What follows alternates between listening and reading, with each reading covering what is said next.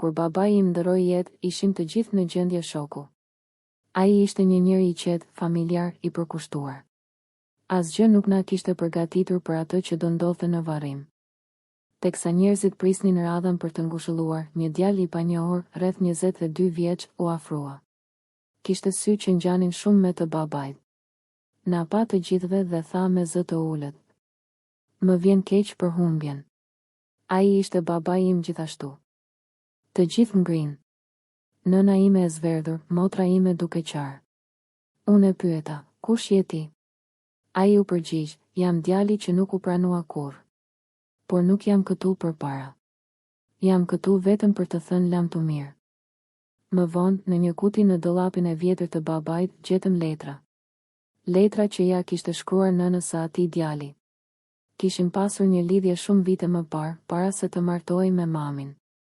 Dhe ai nuk e kishte mohuar. Por e kishte mbajtur sekret për gjithë jetën. Ai djalë nuk kërkoi gjë. Vetëm tha: "Doja të dija kush isha.